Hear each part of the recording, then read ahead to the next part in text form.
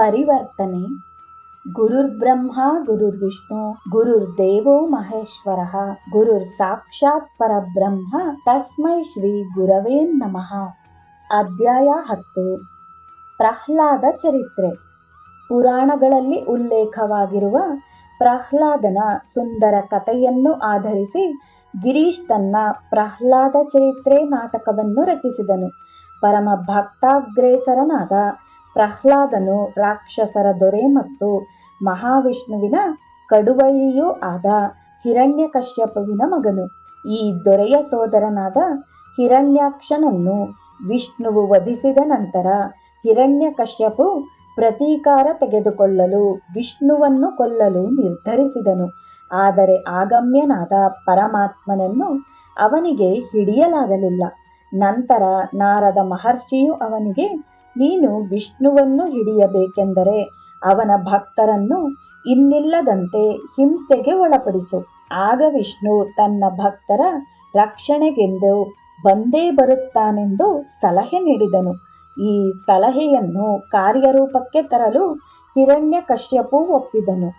ಹಿರಣ್ಯಕಶ್ಯಪುವಿನ ಮಗ ಪ್ರಹ್ಲಾದನು ಮಹಾವಿಷ್ಣುವಿನ ಪರಮಭಕ್ತ ಮತ್ತು ಅವನ ನಾಲಿಗೆಯ ಮೇಲೆ ವಿಷ್ಣುವಿನ ನಾಮಸ್ಮರಣೆ ಸದಾ ನಲಿಯುತ್ತಿತ್ತು. ಸ್ವಾಭಾವಿಕವಾಗಿಯೇ ಇದು ಅವನ ತಂದೆಯನ್ನು ಕೆರಳಿಸಿತು. ಆಗ ಅವನು 2 ಗುರುಗಳನ್ನು ನೇಮಿಸಿ ಪ್ರಹ್ಲಾದನು ವಿಷ್ಣು ಸ್ಮರಣೆಯನ್ನು ನಿಲ್ಲಿಸಲು ಬೋಧಿಸಬೇಕೆಂದು ತಿಳಿಸಿದನು. ಇದು ಆಗದಿದ್ದಾಗ ದೊರೆಯು ತನ್ನ ಮಗನನ್ನೇ ಹಿಂಸೆಗೊಳಪಡಿಸಿದನು. ತನ್ನ ಸೈನಿಕರಿಗೆ ಹೇಳಿ ಪ್ರಹ್ಲಾದನ ಮೇಲೆ ಆಕ್ರಮಣ ಮಾಡಿಸಿದನು. ಆದರೆ ಅವನನ್ನು ಕೊಲ್ಲಲಾಗಲಿಲ್ಲ.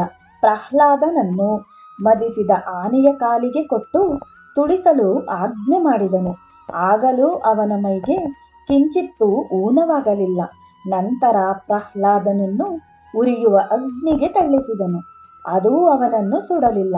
ಕೊನೆಗೆ ದೊರೆಯು ತನ್ನ ಸೈನಿಕರನ್ನು ಕರೆದು ಪ್ರಹ್ಲಾದನನ್ನು ಒಂದು ದೊಡ್ಡ ಬಂಡೆಗೆ ಬಂಧಿಸಿ ಒಂದು ಎತ್ತರವಾದ ಶಿಖರದಿಂದ ಸಮುದ್ರಕ್ಕೆ ತಳ್ಳಲು ಆಜ್ಞೆ ಮಾಡಿದನು. ಮಹಾವಿಷ್ಣು ಅವನನ್ನು ರಕ್ಷಿಸಿ ದಡಕ್ಕೆ ಕರೆತಂದನು. ಆಗ ಕೋಪಾವೇಶದಿಂದ ಅವನು ತನ್ನ ಮಗನನ್ನು ಕೇಳುತ್ತಾನೆ, ಹೇಳು, ನಿನ್ನ ವಿಷ್ಣು ಎಲ್ಲಿದ್ದಾನೆ? ಪ್ರಹ್ಲಾದ ಉತ್ತರಿಸುತ್ತಾನೆ, ಅವನು ಎಲ್ಲೆಡೆಯೂ ಇದ್ದಾನೆ. ಅವನು ಈ ಕಂಬದ ಒಳಗೆ ಇದ್ದಾನೆಯೇ? ದೊರೆ ಪ್ರಶ್ನಿಸಿದನು. ಹೌದು, ಇದ್ದಾನೆ. ಪ್ರಹ್ಲಾದ ಉತ್ತರಿಸುತ್ತಾನೆ. ಹಿರಣ್ಯಕಶ್ಯಪು ಆ ಕಂಬವನ್ನು ಒದ್ದನು. ನಂತರ ಅದನ್ನು ಒಡೆದು ಪುಡಿ ಮಾಡಿದನು. ಆ ಕೂಡಲೇ ಮಹಾವಿಷ್ಣುವು ನರಸಿಂಹನಾಗಿ ಕಂಬದ ಒಳಗಿನಿಂದ ಪ್ರತ್ಯಕ್ಷನಾದನು. ನರಸಿಂಹನೆಂದರೆ ಶರೀರದ ಮೇಲ್ಭಾಗದ ಅರ್ಧ ಸಿಂಹವಾಗಿಯೂ ಕೆಳಭಾಗದ ಅರ್ಧ ಮನುಷ್ಯಾಕಾರವಾಗಿಯೂ ಕಾಣಿಸಿಕೊಂಡ ವಿಷ್ಣುವಿನ ಅವತಾರ. ಈ ಭಯಂಕರ ಆಕಾರದ ಪುರುಷ ಹಿರಣ್ಯಕಶ್ಯಪುವನ್ನು ಒಮ್ಮೆಲೇ ಹಿಡಿದುಕೊಂಡು ತನ್ನ ಚೂಪಾದ ಉಗುರುಗಳಿಂದ ಅವನ ಶರೀರವನ್ನು ಬಗೆದು ಕರುಳು ಇತ್ಯಾದಿಗಳನ್ನು ತೆರೆದಿಟ್ಟನು. ಪ್ರಹ್ಲಾದ ಚರಿತ್ರಾ ನಾಟಕದ ಪ್ರಮುಖ ಪಾತ್ರಗಳನ್ನು ಅಂದಿನ ಮಹಾನ್ ತಾರಾ ನಟನಟಿಯರು ವಹಿಸಿದ್ದರು. ಅಚ್ಯುತ್ಲಾಲ್ ಮಿತ್ರ ಅವರು ಹಿರಣ್ಯಕಶ್ಯಪುವಿನ ಪಾತ್ರವನ್ನು ಮತ್ತು ವಿನೋದಿನಿಯವರು ಪ್ರಹ್ಲಾದನ ಪಾತ್ರವನ್ನು ಅಭಿನಯಿಸಿದರು. ಚೈತನ್ಯ ಲೀಲಾ ನಾಟಕ ಬಂಗಾಳಿ ನಾಟಕ ಜಗತ್ತಿನಲ್ಲಿ ಭಗವತ್ ಪ್ರೇಮ ಮತ್ತು ದೈವ ಭಕ್ತಿಯ ಹೊಳೆಯನ್ನೇ ಹರಿಸಿತು. ಪಾಶ್ಚಿಮಾತ್ಯ ಮೂಲದ ಮನರಂಜನೆಯ ಮಾಧ್ಯಮ ಮತ್ತು ವಸ್ತುಗಳನ್ನು ನೋಡಿ ನೋಡಿ ಬೇಸತ್ತಿದ್ದ ಕಲ್ಕತ್ತೆಯ ಜನರು ಭಾರತೀಯ ಸಾಂಪ್ರದಾಯಿಕ ಮೌಲ್ಯಗಳನ್ನು ಬಿಂಬಿಸುವ ಕಥಾವಸ್ತುಗಳಿಗಾಗಿ ಹಾತೊರೆಯುತ್ತಿದ್ದರು. 1880ರ ದಶಕದಲ್ಲಿ ಗಿರೀಶನು ಬಂಗಾಳಿ ರಂಗಭೂಮಿಯನ್ನು ಚಲನಶೀಲಗೊಳಿಸಿದನು. ಅವನ ನಾಟಕಗಳಲ್ಲಿ ಹಾಡುಗಳು ಮತ್ತು ನೃತ್ಯ ಔಚಿತ್ಯಪೂರ್ಣವಾಗಿ ತುಂಬಿರುತ್ತಿದ್ದವು. ಅವನು ಧಾರ್ಮಿಕ ಕಥಾವಸ್ತುವಿನ ಜೊತೆಗೆ ಅನೇಕ ವಿಡಂಬನೆಯ ನಾಟಕಗಳನ್ನೂ ಬರೆದನು. ಚೈತನ್ಯ ಲೀಲಾ ನಂತರ ಗಿರೀಶ್ ಪ್ರಹ್ಲಾದ ಚರಿತ್ರ ನಾಟಕ ರಚನೆ ಮಾಡಿದನು. ಈ 2 ಅಂಕಗಳ ನಾಟಕ ಕಲ್ಕತ್ತೆಯ ದಿ ಸ್ಟಾರ್ ರಂಗಮಂದಿರದಲ್ಲಿ 1884ರ ನವೆಂಬರ್ 22ರಂದು ಪ್ರಥಮ ಪ್ರದರ್ಶನ ಕಂಡಿತು. ಅಮೃತ್ಲಾಲ್ ಮಿತ್ರ ಮತ್ತು ವಿನೋದಿನಿಯವರು ತಮ್ಮ ಪ್ರಬುದ್ಧ ಅಭಿನಯದ ಮೂಲಕ ಪ್ರೇಕ್ಷಕರನ್ನು ಸಮ್ಮೋಹಗೊಳಿಸಿದರು. ಪಾಶ್ಚಿಮಾತ್ಯ ಪ್ರೇಕ್ಷಕರು ನಮ್ಮ ಹಾಡು ಮತ್ತು ನರ್ತನಗಳಿಗೆ ಮತ್ತು ಭಾವನೆಗಳ ಅಭಿವ್ಯಕ್ತಿಗೆ ಒಗ್ಗಿಕೊಂಡಿಲ್ಲದಿದ್ದುದನ್ನು ಗಮನಿಸಿಯೇ ಗಿರೀಶ್ ಪ್ರಹ್ಲಾದ ಚರಿತ್ರ ನಾಟಕ ರಚನೆ ಮಾಡಿದನು. ಈ ನಾಟಕ ಬಹಳ ಚಿಕ್ಕದಿದ್ದುದರಿಂದ ಇದರ ಜೊತೆಗೆ ಬಿಭ್ರತ್ ಎಂಬ ನಾಟಕವನ್ನು ಸೇರಿಸಿಕೊಂಡು ವ್ಯವಸ್ಥಾಪಕರು ಅಭಿನಯಕ್ಕೆ ಏರ್ಪಾಟು ಮಾಡಿದ್ದರು. ಬಿಭ್ರತ್ ಎಂಬ ಪ್ರಹಸನವನ್ನು ಗಿರೀಶನ ಮಿತ್ರ ನಾಟಕಕಾರ ಅಮೃತ್ಲಾಲ್ ಬಸು ರಚಿಸಿದ್ದರು.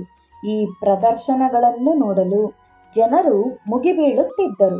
ಶ್ರೀ ಎಂ ಅವರು ತಮ್ಮ ಶ್ರೀರಾಮಕೃಷ್ಣ ವೇದವಚನದಲ್ಲಿ 1884 ಡಿಸೆಂಬರ್ 14 ಭಾನುವಾರದ ವಿಚಾರವನ್ನು ಹೀಗೆ ದಾಖಲಿಸಿದ್ದಾರೆ. ಶ್ರೀರಾಮಕೃಷ್ಣರು ಕಲ್ಕತ್ತೆಯ ಬೇಡನ್ ರಸ್ತೆಯಲ್ಲಿದ್ದ ದಿ ಸ್ಟಾರ್ ರಂಗಮಂದಿರಕ್ಕೆ ಪ್ರಹ್ಲಾದನ ಜೀವನ ವೃತ್ತಾಂತವನ್ನು ತಿಳಿಸುವ ನಾಟಕವನ್ನು ನೋಡಲು ಬಂದರು. ಎಮ್ಮವರು ಬಾಬುರಾಮ್, ನಾರಾಯಣ್ ಮತ್ತು ಇನ್ನಿತರ ಅವರ ಭಕ್ತರು ಅವರ ಜೊತೆಗಿದ್ದರು. ನಾಟಕ ಮಂದಿರ ಬೆಳಕಿನಲ್ಲಿ ಮಿಂದಿತ್ತು.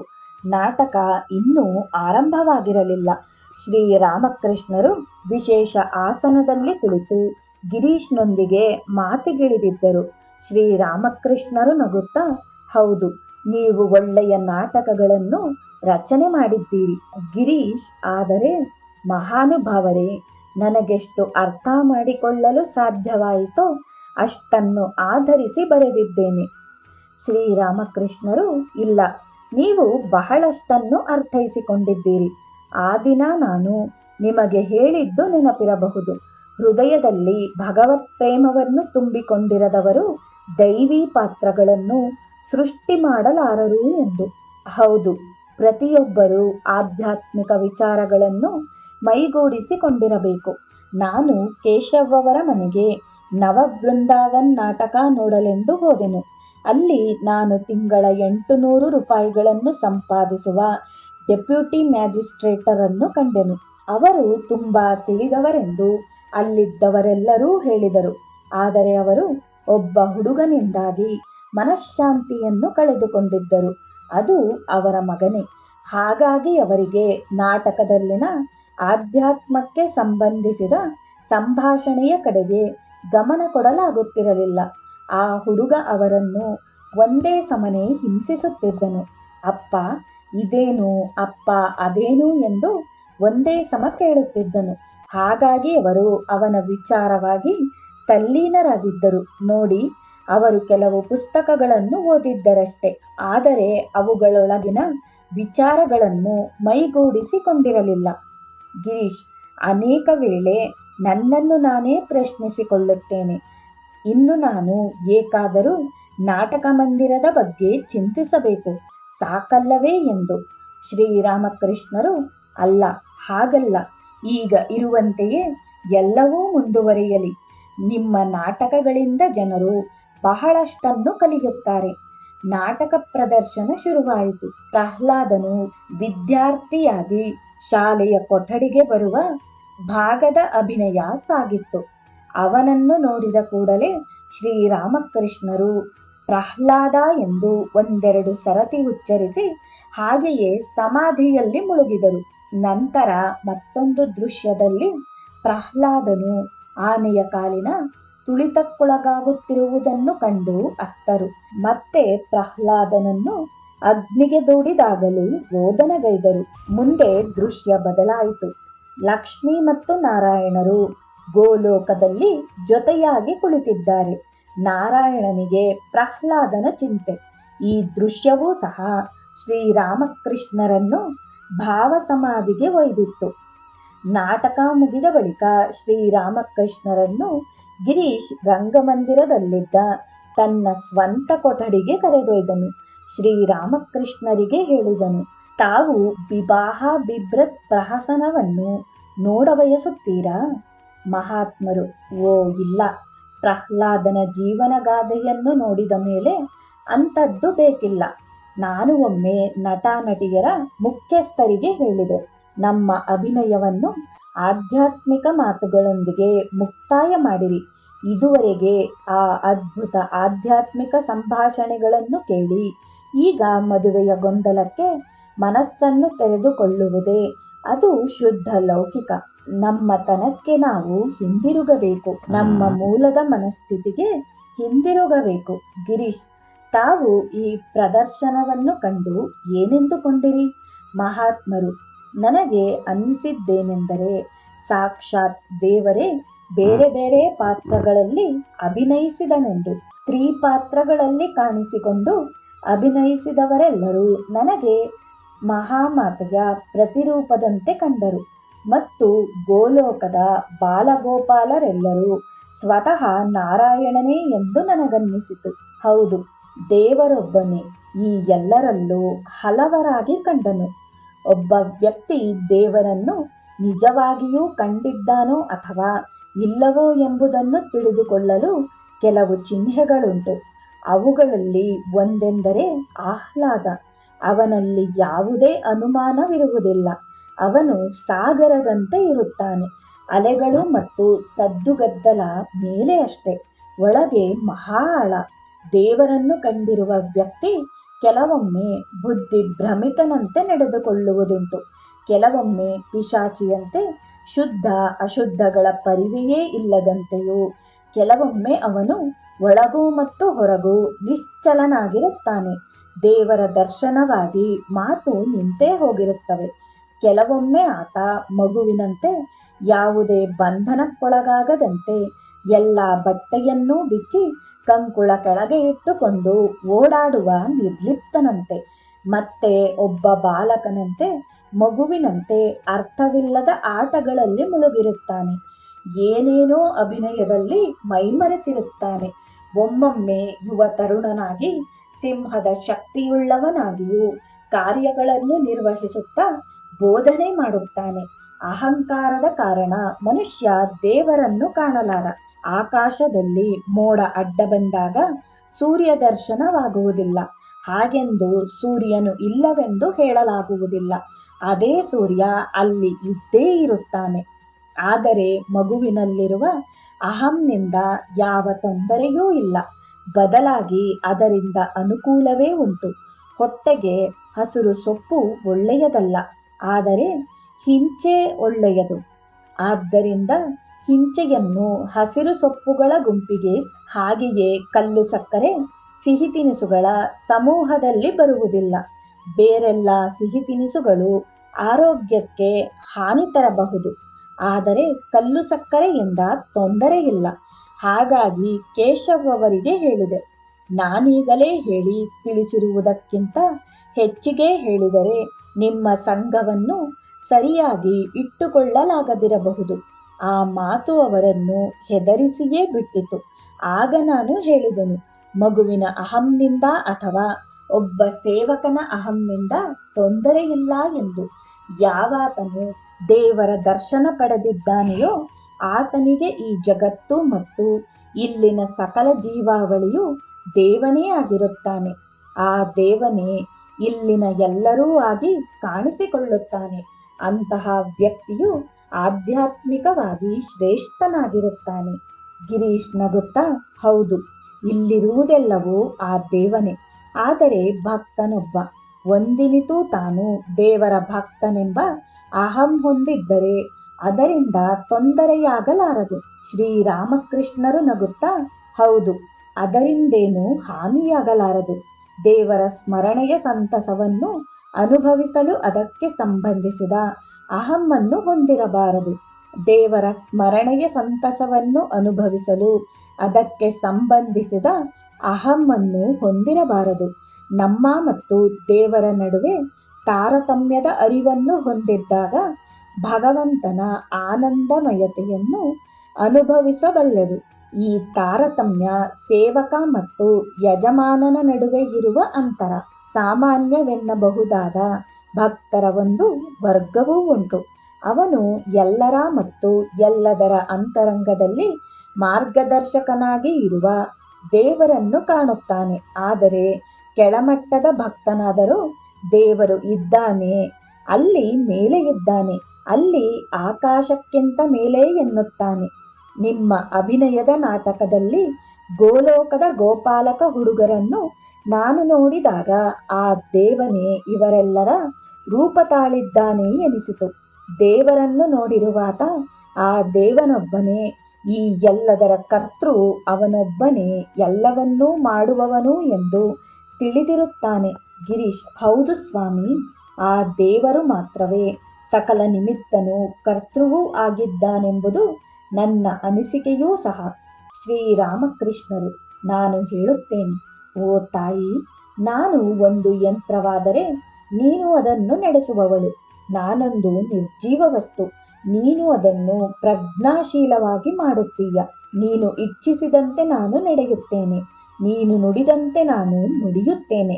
ಆದರೆ ಅಜ್ಞಾನಿಗಳಾದವರು ಹೇಳುತ್ತಾರೆ, ಎಲ್ಲ ಕ್ರಿಯೆಗಳಿಗೂ ಭಾಗಶಃ ನಾನು, ದೇವರು ಮತ್ತೊಂದು ಭಾಗ ಕಾರಣನಾಗಿರುತ್ತಾನೆ ಎಂದು. ಗಿರೀಶ್: ಸ್ವಾಮಿ, ನಿಜವಾಗಿ ನಾನು ಏನೊಂದನ್ನೂ ಮಾಡುತ್ತಿಲ್ಲ. ನಾನೇಕೆ ಕೆಲಸ ಕಾರ್ಯಗಳ ಬಗೆಗೆ ಚಿಂತಿಸಬೇಕು? ಶ್ರೀರಾಮಕೃಷ್ಣರು: ಇಲ್ಲ, ಅದು ಹಾಗಲ್ಲ. ಕ್ರಿಯೆ ಒಳ್ಳೆಯದು. ಭೂಮಿಯಲ್ಲಿನ ಕಲ್ಲು ಮುಳ್ಳು ಕಳೆ ತೆಗೆದು ಸ್ವಚ್ಛಗೊಳಿಸಿ ಹದಗೊಳಿಸಿದರೆ ಅಲ್ಲಿ ಎಷ್ಟು ಒಳ್ಳೆಯ ಬೆಳೆ ಬೇಕಾದರೂ ಬೆಳೆಯುತ್ತದೆ. ಆದರೆ ಹಾಗೆ ನಾವು ಮಾಡುವಾಗ ವೈಯಕ್ತಿಕ ಉದ್ದೇಶಗಳಿಂದ ಮುಕ್ತರಾಗಿರಬೇಕು. ಎರಡು ಬಗೆಯ ಪರಮಹಂಸರಿದ್ದಾರೆ, ಜ್ಞಾನಿ ಮತ್ತು ದೇವರ ಪ್ರೇಮಿ. ಜ್ಞಾನಿಯಾದವನು ತನ್ನನ್ನೇ ಕೇಂದ್ರವನ್ನಾಗಿ ಹೊಂದಿರುತ್ತಾನೆ. ಅವನಿಗೆ ತಾನು ಆತ್ಮಜ್ಞಾನವನ್ನು ಪಡೆದರೆ ಸಾಕು ಎಂದಿರುತ್ತದೆ. ಆದರೆ ಶುಕದೇವನಂತೆ ದೇವರ ಪ್ರೇಮಿಯಾದವನು ಆತ್ಮಜ್ಞಾನವನ್ನು ಪಡೆದ ಮೇಲೆ ಅದನ್ನು ಬೇರೆಯವರಿಗೆ ಬೋಧಿಸುತ್ತಾನೆ. ಕೆಲವರು ಮಾವಿನ ಹಣ್ಣುಗಳನ್ನು ತಿಂದು ಬಾಯಿಯನ್ನು ಒರೆಸಿಕೊಂಡರೆ ಸಾಕು ಎಂದುಕೊಂಡಿರುತ್ತಾರೆ. ಮತ್ತೆ ಕೆಲವರು ಅದೇ ಹಣ್ಣನ್ನು ಬೇರೆಯವರೊಂದಿಗೆ ಹಂಚಿಕೊಳ್ಳುತ್ತಾರೆ. ಬಾವಿ ನಿರ್ಮಾಣ ಮಾಡಲು ಗುದ್ದಲಿ ಮತ್ತು ಮಂಕರಿಗಳು ಬೇಕು. ಹಾಗೆ ಬಾವಿಯನ್ನು ತೋಡಿ ನಿರ್ಮಾಣವಾದ ನಂತರ ಅವೇ ಗುದ್ದಲಿ ಮತ್ತು ಮಂಕರಿಗಳನ್ನು ಬಾವಿಗೆ ಹಾಕುತ್ತಾರೆ. ಕೆಲವರು ಹಾಗೆ ಮಾಡದೆ ಬೇರೆಯವರು ಬಳಸಿಕೊಳ್ಳಬಹುದೆಂದು ಒಂದೆಡೆ ಇಡುತ್ತಾರೆ. ಶುಕದೇವ ಮತ್ತು ಇನ್ನು ಕೆಲವರು ಪರರ ಅನುಕೂಲಕ್ಕಾಗಿ ಗುದ್ದಲಿ ಮಂಕರಿಗಳನ್ನು ಇಟ್ಟು ಹೋಗಿದ್ದಾರೆ. ನೀವು ಹಾಗೆಯೇ ಮಾಡಬೇಕು. ಗಿರೀಶ್: ಪೂಜ್ಯರೇ, ನನಗೆ ಆಶೀರ್ವದಿಸಿರಿ.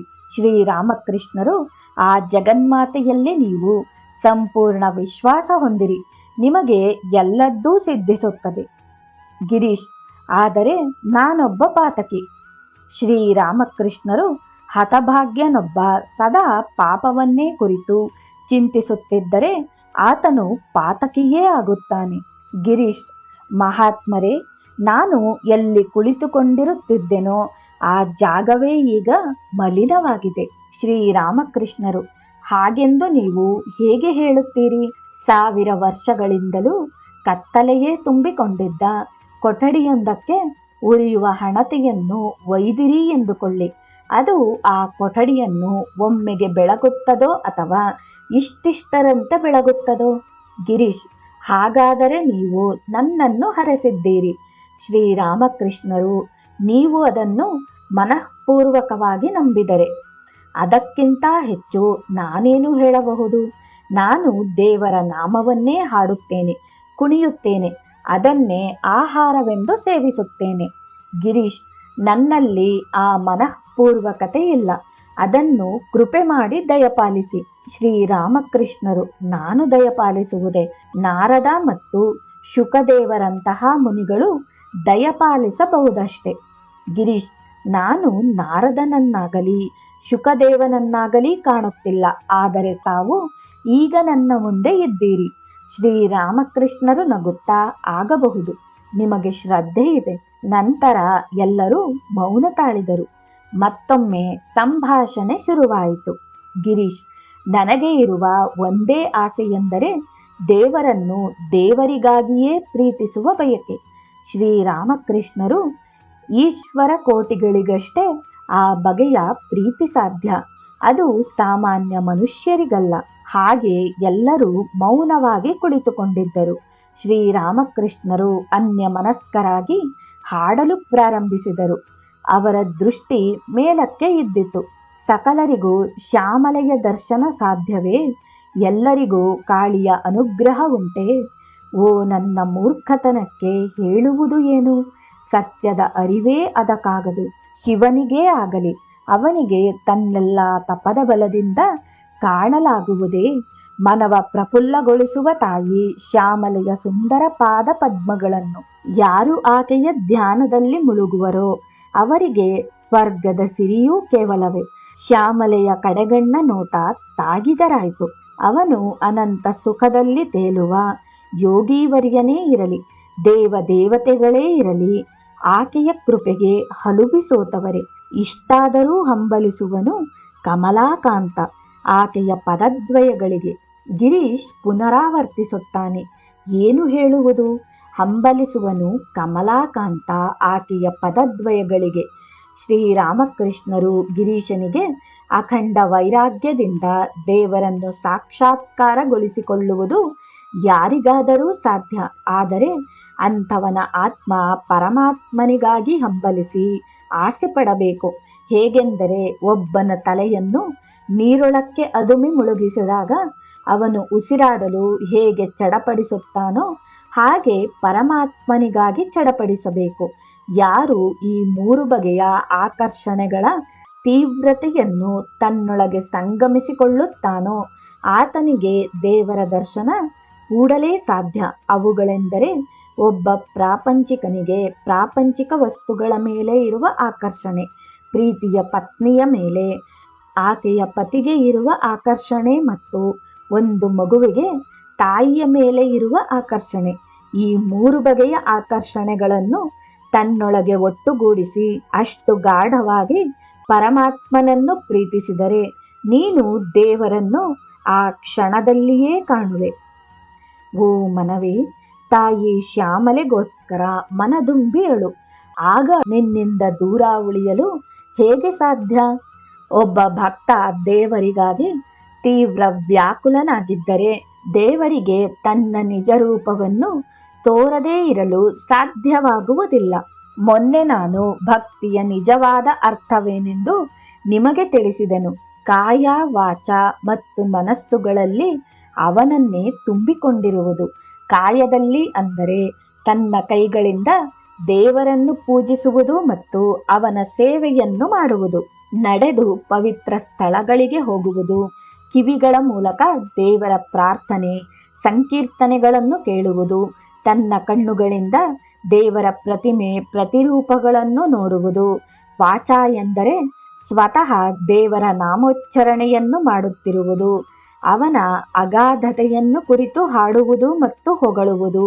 ಮನಸ ಎಂದರೆ ದೇವರನ್ನು ಕುರಿತು ಸದಾ ಧ್ಯಾನಿಸುವುದು, ನೆನಪಿಸಿಕೊಳ್ಳುವುದು ಮತ್ತು ಅವನ ಲೀಲೆಗಳನ್ನು ಕುರಿತು ಚಿಂತಿಸುವುದು. ನಾರದ ಮಹರ್ಷಿಗಳು ವರ್ಣಿಸಿರುವ ಭಕ್ತಿ ಕಲಿಯುಗಕ್ಕೆ ತುಂಬ ಹೊಂದಿಕೊಳ್ಳುವಂಥದ್ದು. ಅಂದರೆ ದೇವರ ನಾಮಸ್ಮರಣೆ ಮತ್ತು ಅವನ ಸಂಕೀರ್ತನೆಯಲ್ಲಿ ಸದಾ ಮುಳುಗಿರುವುದು.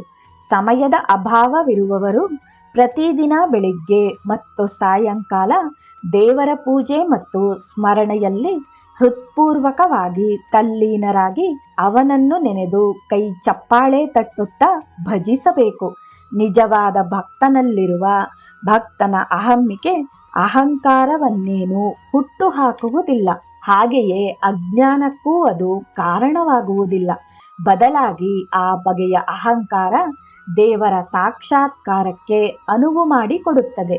ಈ ಬಗೆಯ ಅಹಮ್ಮಿಕೆಯನ್ನು ಸಾಮಾನ್ಯ ಅಹಮ್ಮಿಗೆ ಸಮಾನವೆಂದು ಹೇಳುವಂತಿಲ್ಲ. ಹೇಗೆ ಹಿಂಚೆಯು ಸಾಮಾನ್ಯ ಹಸಿರು ಸೊಪ್ಪು ಎಂದು ತಿಳಿಯಲಾಗುವುದಿಲ್ಲವೋ ಹಾಗೆ ಹಸಿರು ಸೊಪ್ಪನ್ನು ಅತಿಯಾಗಿ ಸೇವಿಸುವುದರಿಂದ ಅನಾರೋಗ್ಯ ಉಂಟಾಗಬಹುದು. ಆದರೆ ಹಿಂಚೆಯು ಪಿತ್ತ ನಿವಾರಕ, ಇದರಿಂದ ಒಳ್ಳೆಯದೇ ಆಗುತ್ತದೆ. ಕಲ್ಲು ಸಕ್ಕರೆ ಸಾಮಾನ್ಯ ಸಿಹಿ ತಿನಿಸಿನಂತಲ್ಲ. ಸಾಮಾನ್ಯವಾಗಿ ಸಿಹಿ ತಿನಿಸುಗಳು ಆರೋಗ್ಯಕ್ಕೆ ಹಾನಿಕರ, ಆದರೆ ಕಲ್ಲು ಸಕ್ಕರೆ ಹಾಗಲ್ಲ. ಅದು ಹೊಟ್ಟೆಯಲ್ಲಿರುವ ಆಮ್ಲವನ್ನು ನಿವಾರಣೆ ಮಾಡುತ್ತದೆ. ನಿಷ್ಠೆಯು ಭಕ್ತಿಗೆ ದಾರಿ ಮಾಡಿಕೊಡುತ್ತದೆ. ಅದು ಪರಿಪಕ್ವವಾದಾಗ ಭಾವಕ್ಕೆ ತಿರುಗುತ್ತದೆ. ಭಾವವು ತೀವ್ರವಾದಾಗ ಮಹಾಭಾವವಾಗುತ್ತದೆ. ಈ ಸಾಲಿನಲ್ಲಿ ಕೊನೆಯದು ಪ್ರೇಮ. ಪ್ರೇಮವೆಂಬುದು ದೇವರನ್ನು ಭಕ್ತನೊಂದಿಗೆ ಹಗ್ಗದಂತೆ ಕಟ್ಟಿಹಾಕುತ್ತದೆ. ಆಗ ದೇವನು ಓಡಿ ಹೋಗಲು ಆಗುವುದೇ ಇಲ್ಲ. ಒಬ್ಬ ಸಾಮಾನ್ಯ ಭಕ್ತ ಪ್ರಯತ್ನ ಪಟ್ಟರೆ ಆ ಭಾವವನ್ನು ಹೊಂದಬಹುದು. ಈಶ್ವರ ಕೋಟಿಯನ್ನು ಉಳಿದು ಬೇರಾರಿಗೂ ಮಹಾಭಾವ ಮತ್ತು ಪ್ರೇಮವು ಸಾಧ್ಯವಾಗದು. ಇವೆರಡು ಚೈತನ್ಯ ದೇವನಿಗೆ ಸಾಧ್ಯವಾಯಿತು. ಜ್ಞಾನಯೋಗವೆಂದರೇನು? ಅದೊಂದು ಮಾರ್ಗ. ಆ ಮಾರ್ಗ ಹಿಡಿದು ವ್ಯಕ್ತಿಯೊಬ್ಬ ತನ್ನ ಆತ್ಮದ ನಿಜದ ನೆಲೆಯನ್ನು ಕಂಡುಕೊಳ್ಳಬಹುದು. ನಿಜದ ನೆಲೆಯೆಂದರೆ ತನ್ನ ಆತ್ಮವೂ ಸಹ ಪರಬ್ರಹ್ಮ ಸ್ವರೂಪದ್ದೆಂದು ಅರಿತುಕೊಳ್ಳುವುದು. ಪ್ರಹ್ಲಾದನಿಗೆ ಕೆಲವು ಸರತಿ ತಾನೆಂದರೆ ಪರಬ್ರಹ್ಮನೇ ಎಂದು ಅರಿವಾಗುತ್ತಿತ್ತು. ಮತ್ತೆ ಕೆಲವೊಮ್ಮೆ ತಾನೇ ಬೇರೆ, ದೇವರೇ ಬೇರೆ ಎನಿಸುತ್ತಿತ್ತು. ಅಂತಹ ಸಮಯಗಳಲ್ಲಿ ಅವನು ಭಕ್ತಿಯ ನೆಲೆಯಲ್ಲೇ ತನ್ನನ್ನು ಗುರುತಿಸಿಕೊಳ್ಳುತ್ತಿದ್ದನು. ಹನುಮಂತ ಹೇಳಿದನು, ಓ ರಾಮನೇ, ಕೆಲವೊಮ್ಮೆ ನನಗೆ ನೀನು ಪರಿಪೂರ್ಣನಾಗಿಯೂ ನಾನು ಅದರ ಒಂದು ಭಾಗವಾಗಿಯೂ, ಕೆಲವೊಮ್ಮೆ ನೀನು ನನಗೆ ಒಡೆಯನಾಗಿಯೂ ನಾನು ನಿನ್ನ ಸೇವಕನಾಗಿಯೂ ಇರುವಂತೆ ಅನುಭವಕ್ಕೆ ಬರುತ್ತದೆ. ಆದರೆ ಓ ರಾಮ, ನನಗೆ ಪರಮಸತ್ಯದ ಅರಿವು ಉಂಟಾದಾಗ ನಾನೇ ನೀನು ಮತ್ತು ನೀನೇ ನಾನು ಎನಿಸುತ್ತದೆ. ಗಿರೀಶ್: ಆಹಾ, ಶ್ರೀರಾಮಕೃಷ್ಣರು ಮನುಷ್ಯ ಈ ಲೋಕದಲ್ಲಿರುವಂತೆಯೇ ದೇವರ ಸಾಕ್ಷಾತ್ಕಾರವನ್ನು ಪಡೆಯಬಾರದೇಕೆ? ಆದರೆ ಅದಕ್ಕೆ ಅವನಲ್ಲಿ ವಿವೇಕ ಮತ್ತು ವೈರಾಗ್ಯ ಇರಬೇಕಾಗುತ್ತದೆ. ಅವನಲ್ಲಿ ದೇವನೊಬ್ಬನೇ ನಿತ್ಯ ಮತ್ತು ಉಳಿದುದೆಲ್ಲವೂ ಅನಿತ್ಯ. 2 ದಿನಗಳ ಬದುಕಷ್ಟೇ ಎಂಬ ಅಚಲ ವಿಶ್ವಾಸವಿರಬೇಕು. ನೀರ ಮೇಲೆ ತೇಲಾಡಿದರಷ್ಟೇ ಸಾಲದು, ಅದರ ಆಳಕ್ಕೆ ಮುಳುಗಬೇಕು. ಈ ಮಾತುಗಳನ್ನು ಹೇಳಿದ ಪರಮಹಂಸರು ಹೇಳಿದರು, ಮುಳುಗುವೋ ಮನವೇ ಮುಳುಗು. ದೇವರ ಸೌಂದರ್ಯ ಶರದಿಯಲ್ಲಿ ಆಳ ಇನ್ನೂ ಆಳದ ಪಾತಾಳವನ್ನು ಮುಟ್ಟಿದರೆ ನಿನಗಲ್ಲಿ ಸಿಗುವುದು ಭಗವಂತನ ಪ್ರೀತಿಯ ಮುತ್ತು. ಶ್ರೀರಾಮಕೃಷ್ಣರು, ನೀವು ಮತ್ತೊಂದು ಸಂಗತಿಯನ್ನು ನೆನಪಿಟ್ಟುಕೊಳ್ಳಬೇಕು. ಆ ಸಾಗರದಲ್ಲಿ ಮೊಸಳೆಗಳ ಅಪಾಯವಿರುತ್ತದೆ, ಅಂದರೆ ಕಾಮಾದಿ ಆಸೆಗಳು. ಗಿರೀಶ್: ನಾನು ಯಮದೇವನಿಗೇ ಹೆದರುವವನಲ್ಲ.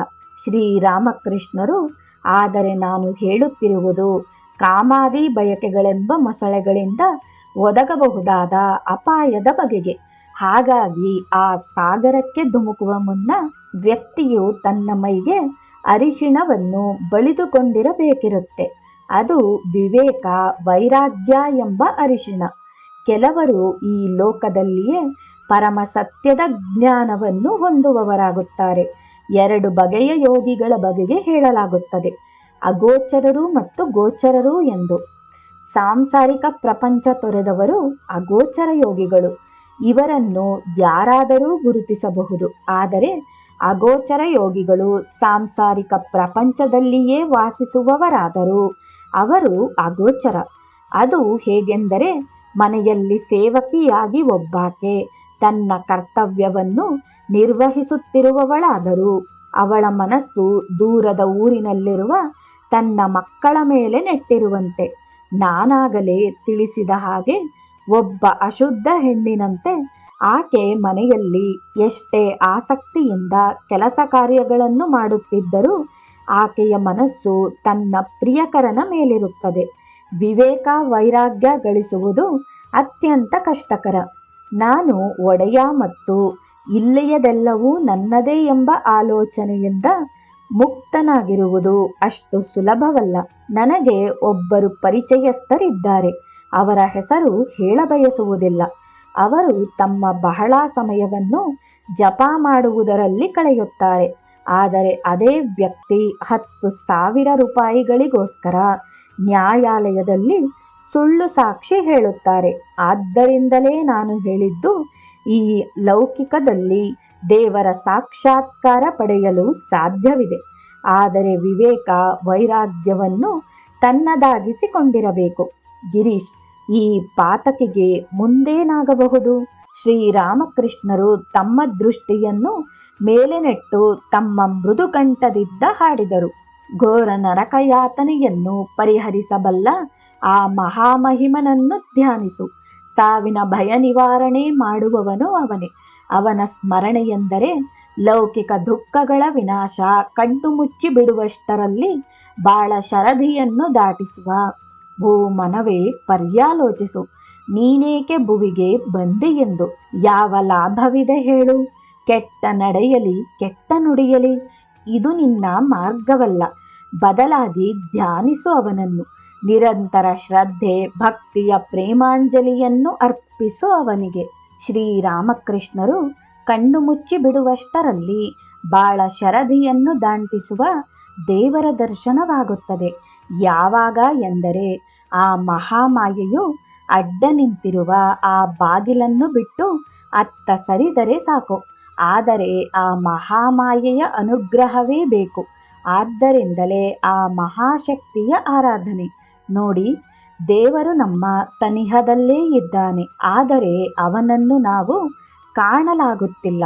ಏಕೆಂದರೆ ಆ ಮಹಾಮಾಯೆ ನಮ್ಮ ನಡುವೆ ಅಡ್ಡ ನಿಂತಿದ್ದಾಳೆ. ರಾಮ, ಸೀತಾ ಮತ್ತು ಲಕ್ಷ್ಮಣರು ನಡೆದುಕೊಂಡು ಹೋಗುತ್ತಿದ್ದಾರೆ. ರಾಮ ಮುಂದೆ ನಡೆದರೆ ಸೀತೆ ನಡುವೆ, ಹಿಂದೆ ಲಕ್ಷ್ಮಣ. ಲಕ್ಷ್ಮಣನಿಗೆ ರಾಮ ಎಷ್ಟು ದೂರವಿದ್ದನೆಂದರೆ ಕೇವಲ 3 ಮೊಳ ದೂರವಷ್ಟೇ. ಆದರೆ ಅವನಿಗೆ ರಾಮನನ್ನು ನೋಡಲಾಗುತ್ತಿಲ್ಲ. ಏಕೆಂದರೆ ಮಹಾಮಾಯೆಯಾದ ಸೀತೆಯು ಈರ್ವರ ನಡುವೆ ಇದ್ದಾಳೆ. ದೇವರ ಪೂಜೆಯಲ್ಲಿ ನಿರತರಾಗಿರುವಾಗ ಮನಸ್ಸು ಒಂದು ನಿರ್ದಿಷ್ಟವಾದ ಭಾವನೆಯ ಏಕಾಗ್ರತೆಯಲ್ಲಿರಬೇಕು. ಏಕಾಗ್ರತೆಗೆ ಸಂಬಂಧಪಟ್ಟಂತೆ 3 ವಿಧಗಳಿವೆ. ಒಂದು ಮಗುವಿನ ರೀತಿಯದು, ಎರಡನೆಯದು ಸೇವಕಿಯದು ಮತ್ತು ಮೂರನೆಯದು ಮಿತ್ರನದು. ನಾನು ಬಹಳ ಕಾಲದವರೆಗೆ ನನ್ನನ್ನು ನಾನು ಭಗವಂತನ ಸೇವಕಿ ಮತ್ತು ಆತನ ಸಹಚರ್ಯ ಎಂದು ಭಾವಿಸಿಕೊಂಡಿದ್ದೇನೆ. ಆದರೆ ದೇವರನ್ನು ಕುರಿತ ಮಗುವಿನ ಭಾವನೆಯೇ ಅತ್ಯುತ್ತಮವಾದುದು. ಆದರೆ ತಾನೇ ನಾಯಕನೆಂಬ ಭಾವನೆಯು ಒಳ್ಳೆಯದಲ್ಲ. ಕೆಲವರು ಆ ಭಾವನೆಯನ್ನು ಬೆಳೆಸಿಕೊಂಡಿರುತ್ತಾರೆ. ಅವರು ತಮ್ಮನ್ನು ಪುರುಷನೆಂದು, ಮಹಿಳೆಯನ್ನು ಪ್ರಕೃತಿಯೆಂದು ಭಾವಿಸುತ್ತಾರೆ. ಅಂಥವರು ಸ್ತ್ರೀಯೊಂದಿಗೆ ಸಂಗಮಿಸುತ್ತಾ ಆಕೆಯನ್ನು ಒಲಿಸಿಕೊಳ್ಳುವುದನ್ನು ಮಾಡುತ್ತಾರೆ. ಆದರೆ ಈ ಮಾರ್ಗ ಬಹುತೇಕ ಅಂತ್ಯಗೊಳ್ಳುವುದು ಅನರ್ಥದಲ್ಲಿಯೇ. ಗಿರೀಶ್, ಒಂದು ಕಾಲದಲ್ಲಿ ನಾನು ಈ ಭಾವನೆಯನ್ನೇ ಹೊಂದಿದ್ದೆನು. ಶ್ರೀರಾಮಕೃಷ್ಣರು ಗಿರೀಶ್ನನ್ನು ಚಿಂತಾಕ್ರಾಂತರಂತೆ ನೋಡತೊಡಗುತ್ತಾರೆ. ಗಿರೀಶ್, ಈಗಲೂ ನನ್ನಲ್ಲಿ ಅದರ ವಾಂಛೆ ಒಂದಿಷ್ಟು ಇದೆ. ಈಗ ಹೇಳಿ, ನಾನೇನು ಮಾಡಬೇಕೆಂದು? ಶ್ರೀರಾಮಕೃಷ್ಣರು ಕೆಲವು ನಿಮಿಷಗಳವರೆಗೆ ಆಲೋಚನೆಯಲ್ಲಿ ಮುಳುಗಿದ್ದು ನಂತರ ಹೇಳಿದರು, ನೀವು ನಿಮ್ಮ ಬದುಕಿನ ಮುಕ್ತ್ಯಾರುನಾಮೆಯನ್ನು ಭಗವಂತನಿಗೆ ಕೊಡಿ. ಅವನಿಗೆ ತೋಚಿದಂತೆ ಮಾಡಲಿ. ನಂತರ ಶ್ರೀರಾಮಕೃಷ್ಣರ ಮಾತುಗಳು ಅವರ ತರುಣ ಭಕ್ತರ ಕಡೆಗೆ ತಿರುಗಿತು. ಶ್ರೀರಾಮಕೃಷ್ಣರು ಗಿರೀಶ್ ಮತ್ತು ಇತರರನ್ನು ಕುರಿತು, ನಾನು ಧ್ಯಾನದಲ್ಲಿದ್ದಾಗ ಈ ತರುಣರ ಮನದಿಚ್ಛೆ ಏನೆಂದು ಕಾಣುತ್ತೇನೆ. ಅವರಿಗೆ ಮನೆ ಮಠವೆಂದು ಸಂಪಾದನೆ ಮಾಡುವ ಬಯಕೆ ಇಲ್ಲ. ಅವರು ಸ್ತ್ರೀಯರೊಂದಿಗೆ ಸುಖ ಪಡುವ ಆಸೆಯನ್ನೂ ಹೊಂದಿಲ್ಲ. ಇವರಲ್ಲಿ ಕೆಲವರು ತರುಣರು ವಿವಾಹಿತರಾಗಿದ್ದರೂ ಅವರು ತಮ್ಮ ಪತ್ನಿಯರೊಂದಿಗೆ ಮಲಗುವುದಿಲ್ಲ. ಇಲ್ಲಿ ಅರಿಯಬೇಕಾದ ಸತ್ಯ ಸಂಗತಿಯೆಂದರೆ ವ್ಯಕ್ತಿಯೊಬ್ಬನು ತನ್ನಲ್ಲಿರುವ ರಜೋಗುಣವನ್ನು ಪೂರ್ಣವಾಗಿ ತೊರೆದು ಅದರ ಜಾಗದಲ್ಲಿ ಸಾತ್ವಿಕ ಗುಣವನ್ನು ನೆಲೆಗೊಳಿಸಿಕೊಳ್ಳದ ಹೊರತು ಅವನು ದೇವರ ನಿವಾಸಕ್ಕೆ ಅರ್ಹನಾಗುವುದಿಲ್ಲ. ಅಂಥವನು ದೇವರನ್ನು ಪ್ರೀತಿಸಲಾರ ಮತ್ತು ಅವನಿಗೆ ದೇವರ ಸಾಕ್ಷಾತ್ಕಾರವಾಗುವುದಿಲ್ಲ. ಗಿರೀಶ್, ನೀವು ನನಗೆ ಆಶೀರ್ವದಿಸಿದ್ದೀರಿ. ಶ್ರೀರಾಮಕೃಷ್ಣರು, ಅದು ಹೇಗೆ ಆಯಿತು? ನಾನು ಹೇಳಿದ್ದು, ನೀವು ನಿಷ್ಕಪಟ ಭಾವನೆಯವರಾಗಿದ್ದರೆ ಯಶಸ್ಸನ್ನು ಕಾಣುತ್ತೀರಿ ಎಂದು. ಇದಿಷ್ಟನ್ನೂ ಹೇಳಿದ ಪರಮಹಂಸರು ಆನಂದಮಯಿ ಎಂದು ಉದ್ಗರಿಸಿ ಹಾಗೆಯೇ ಸಮಾಧಿ ಸ್ಥಿತಿಗೆ ಒಳಗಾದರು. ಆ ಸ್ಥಿತಿಯಲ್ಲೇ ಅವರು ಬಹಳ ಸಮಯ ಉಳಿದಿದ್ದರು. ನಂತರ ಭಾಗಶಃ ಎಚ್ಚರ ಸ್ಥಿತಿಯಲ್ಲಿಯೇ ಇದ್ದು ಹೇಳಿದರು, ಆ ಅಯೋಗ್ಯರು ಎಲ್ಲಿದ್ದಾರೆ? ಎಮ್ಮವರು ಬಾಬುರಾಮ್ ಅವರನ್ನು ಅಲ್ಲಿಗೆ ಕರೆತಂದರು. ಶ್ರೀರಾಮಕೃಷ್ಣರು ಬಾಬುರಾಮ್ ಮತ್ತು ಇತರರನ್ನು ನೋಡಿ ಅದೇ ಉನ್ಮಾದದ ಆನಂದದಲ್ಲಿ ಹೇಳಿದರು, ಸಚಿದಾನಂದದ ಆನಂದಕ್ಕೆ ಮತ್ತೊಂದು ಸಮನಲ್ಲ. ಆದರೆ ದಿವ್ಯಾನಂದದ ಕಳ್ಳನ್ನು ಕುಡಿದಾಗ ಉಂಟಾಗುವ ಆನಂದಕ್ಕೆ ಏನು ಹೇಳುವುದು? ನಂತರ ಅವರು ಹಾಡತೊಡಗಿದರು. ಈ ಸರತಿ ನಿಮ್ಮನ್ನು ಸಂಪೂರ್ಣವಾಗಿ ಅರ್ಥ ಮಾಡಿಕೊಂಡೆನು. ಯಾರಿಗೆ ಅದು ತಿಳಿದಿತ್ತೋ ಅವರಿಂದ ಭಾವನೆಯ ಗುಟ್ಟನ್ನು ಅರಿತುಕೊಂಡೆನು. ಮತ್ತೊಮ್ಮೆ ಹಾಡುವುದನ್ನು ಮುಂದುವರಿಸಿದರು. ಕಾಳಿಯ ನಾಮವು ನನ್ನ ನಾಲಿಗೆಯ ಮೇಲಿರುವವರೆಗೆ ಗಂಗೆಗೆ ಅಥವಾ ಗಯಾಕ್ಕೆ, ಕಾಶಿಗೆ, ಕಂಚಿಗೆ ಅಥವಾ ಪ್ರವಾಸಕ್ಕೆ ನಾನೇಕೆ ಹೋಗಲಿ? ಶ್ರೀರಾಮಕೃಷ್ಣರು ತಮ್ಮ ಮಾತುಗಳನ್ನು ಮುಂದುವರಿಸಿದರು.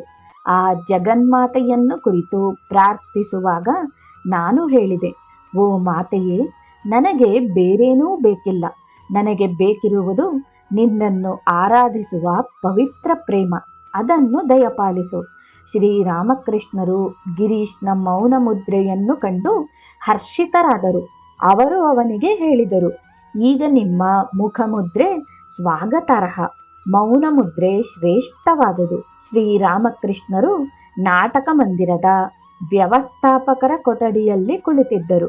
ಅಲ್ಲಿಗೆ ಒಬ್ಬರು ಬಂದು ಹೇಳಿದರು, ನೀವು ಮದುವೆಯ ಗೊಂದಲ ಪ್ರವಹಸನವನ್ನು ನೋಡಬಯಸುತ್ತೀರಾ? ಈಗ ಅದು ಪ್ರದರ್ಶನವಾಗಲಿದೆ. ಶ್ರೀರಾಮಕೃಷ್ಣರು ಗಿರೀಶ್ಗೆ ಹೇಳಿದರು, ನೀವು ಏನನ್ನು ಮಾಡಿಬಿಟ್ಟಿರಿ? ಪ್ರಹ್ಲಾದ ಜೀವನ ಚರಿತ್ರೆಯಾದ ಮೇಲೆ ಈ ಪ್ರಹಸನವೇ?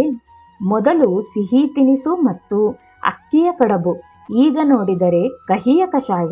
ನಾಟಕ ಪ್ರದರ್ಶನ ಮುಗಿದ ಬಳಿಕ ಗಿರೀಶ್ ತಿಳಿಸಿ ಹೇಳಿದ್ದಂತೆ ಅಭಿನೇತ್ರಿಯರೆಲ್ಲರೂ ಶ್ರೀರಾಮಕೃಷ್ಣರಿದ್ದ ಕೊಠಡಿಗೆ ಬಂದು ಅವರಿಗೆ ವಂದನೆ ಸಲ್ಲಿಸಿದರು. ಅವರೆಲ್ಲರೂ ಬಾಗಿ ತಮ್ಮ ಹಣೆಗಳನ್ನು ಭೂಮಿಗೆ ಸ್ಪರ್ಶಿಸುತ್ತಾ ವಂದಿಸಿದರು. ಅಲ್ಲಿದ್ದ ಭಕ್ತರು ಗಮನಿಸಿದ್ದೇನೆಂದರೆ, ಕೆಲವರು ನಟಿಯರು ಪರಮಹಂಸರಿಗೆ ವಂದಿಸುವಾಗ ಅವರ ಪಾದಸ್ಪರ್ಶ ಮಾಡಿದುದನ್ನು. ಅವರಿಗೆ ಮಹಾತ್ಮರು ಬಹಳ ಮೃದುವಾಗಿ, ದಯಮಾಡಿ ಹಾಗೆ ಮಾಡಬೇಡಿ ತಾಯಿ ಎಂದರು. ನಂತರ ಅಭಿನೇತ್ರಿಯರು ಅಲ್ಲಿಂದ ನಿರ್ಗಮಿಸಿದ ಮೇಲೆ ಮಹಾತ್ಮರು ತಮ್ಮ ಭಕ್ತರಿಗೆ ಹೇಳಿದರು, ಇದೆಲ್ಲವೂ ಅವನೇ, ಬೇರೆ ಬೇರೆ ರೂಪಗಳಲ್ಲಿರುವನು ಅಷ್ಟೆ. ಬಾಗಿಲಲ್ಲಿ ಗಾಡಿಯು ಸಿದ್ಧವಾಗಿತ್ತು. ಗಿರೀಶ್ ಮತ್ತು ಇತರರು ರಸ್ತೆಯವರೆಗೂ ಬಂದು ಶ್ರೀರಾಮಕೃಷ್ಣರನ್ನು ಬೀಳ್ಕೊಟ್ಟರು. ಹಾಗೆ ಶ್ರೀರಾಮಕೃಷ್ಣರು ಗಾಡಿಯ ಒಳಕ್ಕೆ ಕಾಲಿಟ್ಟಿದ್ದಷ್ಟೇ ಕೂಡಲೇ ಆಳವಾದ ಸಮಾಧಿಗೆ ಒಳಗಾದರು. ನಾರಾಯಣ ಮತ್ತು ಇನ್ನೂ ಕೆಲವು ಭಕ್ತರು ಅವರೊಂದಿಗೆ ಇದ್ದರು. ಬಂಡಿಯು ದಕ್ಷಿಣೇಶ್ವರದ ಕಡೆಗೆ ಹೊರಟಿತು. ಜೈ ಶ್ರೀರಾಮಕೃಷ್ಣ.